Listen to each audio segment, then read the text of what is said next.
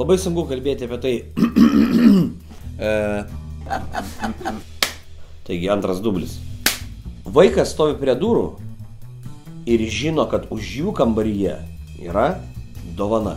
Bet tai yra visiškai netiesa. Dublis trečias. Taigi mes ir žiūrovai tapsime tais vaikais, kurie galės savarankiškai praverti duris, įeiti į kambarį ir ten ieškoti kartu dovanos. Ne, kažkaip durnai. Dublis ketvirtas. Istorija, kurią vaidins aktoriai, o žiūrovai padės ją kurti, bus kaskart skirtinga. Vienas sykį virsdama komedija, Ir linksmas spektaklis, kitas sykį tragedija, gali būti ir gana rimtas spektaklis, trečias sykį farsu kažkokios temos skirtingos, erdvės skirtingos, aplinkos. ir taip toliau, ir taip toliau, ir taip toliau. Ok?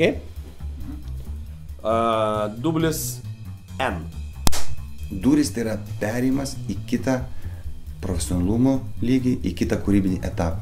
Tai bus visiškai skirtingas ir visiškai tai, ką mes darėme prieš tai, nepanašus projektas. Tai visą laiką bus žiūrovui įdomu.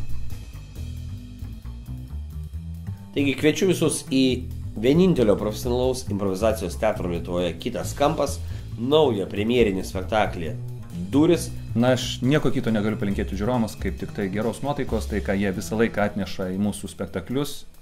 Ir atsipalaidavimo. Būkit nuoširdus, būkit atviri ir nebijokit. Scenos ketvirtos mūsų teatre nėra.